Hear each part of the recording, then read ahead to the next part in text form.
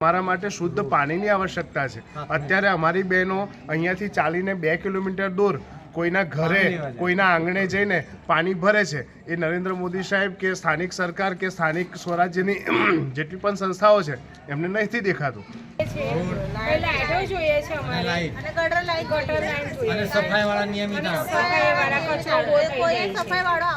ગોધરામાં Lunawada road પર આવેલ GIDC અંદર ભરાતા નમો સોસાયટી આવેલી છે। ત્યાં વહીવટીતંત્ર તેમજ નગરપાલિકાના કામો જેવા કે રસ્તા, પીવાનું પાણી તેમજ લાઇટથી વંચિત। આજ રોજ દીવ મિરર ન્યૂઝ ચેનલ દ્વારા સ્ટિંગ ઓપરેશન હાથ ધરવામાં આવ્યું। એમાં ગોધરામાં લુણાવાડા રોડ પર આવેલ જીઆઈડીસી અંદર ભરાતા નમો સોસાયટી આવે છે। ગોધરામાં લુણાવાડા રોડ પર આવેલ જીઆઈડીસી અંદર ભરાતા નમો સોસાયટી આવે છે, જેમાં આજ સુધી નલ સે જલ યોજના સાથે રોડ, રસ્તા, ગટરની આજ સુધી કોઈ સુવિધા ન મળતા સોસાયટીના રહીશો દ્વારા નગરપાલિકા અને વહીવટીતંત્રને જાણ કરવા છતાં પણ કોઈ પણ જાતની સુવિધા ન મળતા સોસાયટીના રહીશો દ્વારા કલેક્ટરને, વહીવટીતંત્રને તેમજ નગરપાલિકાને પણ આવેદનપત્ર આપવા છતાં પણ કોઈ સુવિધા ન મળતા તાત્કાલિક ધોરણે સુવિધા પૂરી પાડવા નગરજનોની અને સોસાયટીના રહીશોની માંગ છે। ને હાલમાં સોસાયટીના રહીશોને પીવાના પાણી માટે દરરોજ બહારથી 50 રૂપિયાનું કેન માંગવા પણ મજબૂર છે, જેથી કરી વહેલી તકે આનું નિરાકરણ તંત્ર જલ્દી લાવે તેવી લોકમાંગ છે। સંવાદદાતા દિનેશ પરમાર, દીવ મિરર ન્યૂઝ, દાહોદ। પછી રોડ જોઈએ છે, લાઈટો જોઈએ છે અમારે, અને ગટર લાઈન જોઈએ, અને સફાઈવાળા નિયમિત સફાઈવાળા કચરો કોઈ સફાઈવાળો આવતો નથી। તમે તંત્રને જાણ કરીને એક વખત અરજી આપો તો તમારી સુવિધાનું નિરાકરણ થાય એ રીતનું। અત્યાર સુધી તંત્ર દ્વારા કોઈ નિકાલ લાવતા નથી, કોઈ આવતું નહીં। ચોમાસામાં તો એટલું પાણી ભરાઈ જાય છે ને અહીંયા કે નીકળાતું નથી। સ્કૂલ વાળા બાળકોને આવા જવાની તકલીફ પડે છે। છોકરાઓને અડધે ઉતારી મૂકે, ચાલતા ઘરે આવે ત્યાં સુધી મૂકવા જવું પડે છે। છોકરીઓ 10મા ધોરણમાં ભણતી હોય, રાત્રે એકલી આવે, અંધારામાં આવું જવું, છોકરાઓને થોડી તકલીફ પડે છે હાલ અત્યારે।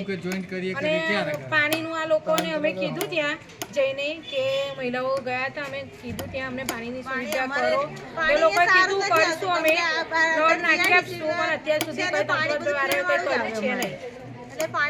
અમે એટલી રિક્વેસ્ટ કરીએ છીએ કે તંત્રને કે અમારી જે માગણી છે તાત્કાલિક ધોરણે અમારી પૂર્ણ કરે। બેન, તમારું નામ? જાદવ લક્ષ્મીબેન। મારું નામ નિશાદ હોય છે અને વર્ષ 2020થી અહીંયા નમો રેસિડેન્સીમાં સ્થાનિક રહીશ તરીકે નિવાસ કરી રહ્યો છું। હવે ખરેખર તો અહીંયા જે જૂના નાગરિકો પાસેથી અમને જાણવા મળ્યું કે 2015થી નમો રેસિડેન્સી, મૂળ નમો રેસિડેન્સીનું નિર્માણ થયું। 2015થી લઈને આજ દિન સુધી 8થી 9 વખત અમે નગરપાલિકા, કલેક્ટર કચેરી અને બીજા અન્ય વિભાગો, અમે બધા જ વિભાગોમાં જઈને લેખિત અરજીઓ આપેલી છે। એની ઓસી અમારી પાસે અવેલેબલ છે, છતાં પણ અમારી આટલી બધી અરજીઓનું કોઈ જ નિરાકરણ નથી।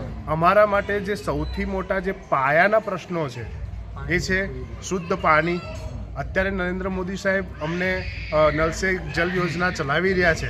આખા ભારતમાં નલ સે જલ યોજના પહોંચી ગઈ છે, બટ અમારા સુધી, અમારી નમો રેસિડેન્સીના સ્થાનિક રહીશો સુધી નલ સે જલ યોજના માત્ર એક કાગળિયા પર લખાયેલી યોજના સમાન બની રહી છે।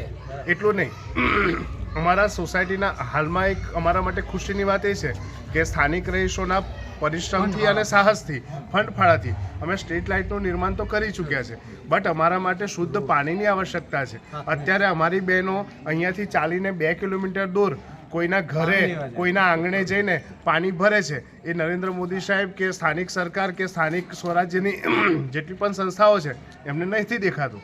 એટલું નહીં, અમારા માટે જે ગટર લાઇનની એકદમ અસુવિધા છે। અમારા એરિયામાં કોઈ જ ગટર લાઇનની સુવિધા નથી, જેથી માત્ર અમે ડપક ઉપર, એ પણ પાછું ક્યારેક ભરાઈ જાય તો એનો ખર્ચો પાછો અમારે જ ઉપાડવાનો। એટલે આવી અસુવિધાઓથી અમારી સોસાયટી એકદમ સાવ એવું કહેવાય કે આટલી મોટી નગરપાલિકામાં અમારી જોડે વંચિતો જેવું વલણ અપનાવવામાં આવી રહ્યું છે। તમે શું તંત્ર પાસે શું માંગો છો? ઓકે, અમારી તો પોતાની એક એવી અપેક્ષા છે કે અમારી નમો રેસિડેન્સી અમે પણ પોતે સ્થાનિક રહીશો છીએ, અમે પણ વોટિંગ કરીએ છીએ, અમે જાગૃત નાગરિક તરીકેના દરેક ફરજો અમે નિભાવીએ છીએ. અમે અમારી સોસાયટીનું રજિસ્ટ્રેશન પણ કરાવેલું છે, અમે અમારા ઘરનું રજિસ્ટ્રેશન કરાવેલું છે, અમે પોતે ઘરવેરો બધું જ ભરીએ છીએ, લાઇટ બિલ ભરીએ છીએ, રેગ્યુલર લાઇટ બિલ ભરીએ છીએ. છતાં પણ જો અમારા માટે આટલી ઉપેક્ષા દાખવવામાં આવતી હોય તો એના જવાબદાર કોણ? સરકાર કે પછી તંત્ર? એ સરકાર અને તંત્રએ સહિયારા પ્રયાસોથી વિચારવું રહ્યું, એટલું નહીં. અમારી પોતાની અપેક્ષા એ છે કે અમારા સહિયારા પ્રયાસોથી અમે લાઇટની વ્યવસ્થા તો કરી, પણ અમે બધા મિડલ ક્લાસ લોકો છીએ. અમારા ઘરમાં એક જણ જો રાંધે, એક જણ કમાવા જાય ને ત્યારે રાતનો ચૂલો સળગતો હોય છે. હવે આવી પરિસ્થિતિમાં અમે રસ્તા બનાવીશું, અમે લાઇટની સુવિધા તો અમે અમારા ખર્ચે કરી, પણ હવે રસ્તા બનાવીશું, પછી ગટર લાઈન કરીશું, તો અમે બધું જ અમે કરીશું, તો સરકાર અને તંત્ર શું કરશે? આ બધા પ્રશ્નો છે. સો અમે ગવર્મેન્ટને એટલી રિક્વેસ્ટ કરીએ છીએ અને તંત્રને એટલી રિક્વેસ્ટ કરીએ છીએ કે અમે આટલો કરવેરો ભરીએ છીએ, બધું ભરીએ છીએ, તો તમે અમને ગટર લાઈન, શુદ્ધ પાણીની વ્યવસ્થા અને વ્યવસ્થિત RCC રોડ કરી આપો, એટલી દયા કરો, એટલી અપેક્ષા સેવીએ છીએ. આભાર. હાય, હું છું ક્રુઝિન સિંઘાનિયા. આપની આસપાસના સત્ય સમાચાર જાણવા માટે જોતા રહો દીવ મિરર ન્યૂઝ, અને હા, લાઈક અને સબસ્ક્રાઇબ કરવાનું ભૂલતા નહીં. Thank you. નમસ્કાર મિત્રો, હું ફિરોઝ ઈરાની આજે તમને એક નવી વાત કરવા આવ્યો છું. દીવ મિરર ન્યૂઝ જોતા રહો, સબસ્ક્રાઇબ કરવાનું ભૂલતા નહીં અને શેર કરવાનું પણ ભૂલતા નહીં. સત્યની સાથે જોડાતા રહો. નમસ્તે મિત્રો, હું છું ચાંદની પરમાર. આપની મનપસંદ ચેનલ એટલે કે દીવ મિરર ન્યૂઝ ચેનલને લાઈક કરો, શેર કરો અને ફોલો કરો. અને હા, તેમાં દરરોજ તાજા સમાચાર જોવાનું ભૂલશો નહીં. દીવ મિરર ન્યૂઝ દરરોજ લાઈવ અપડેટ, ગુજરાત રાજ્ય, દેશ દુનિયાના તમામ બ્રેકિંગ સમાચારો નિહાળો દીવ મિરર ન્યૂઝ ચેનલ પર.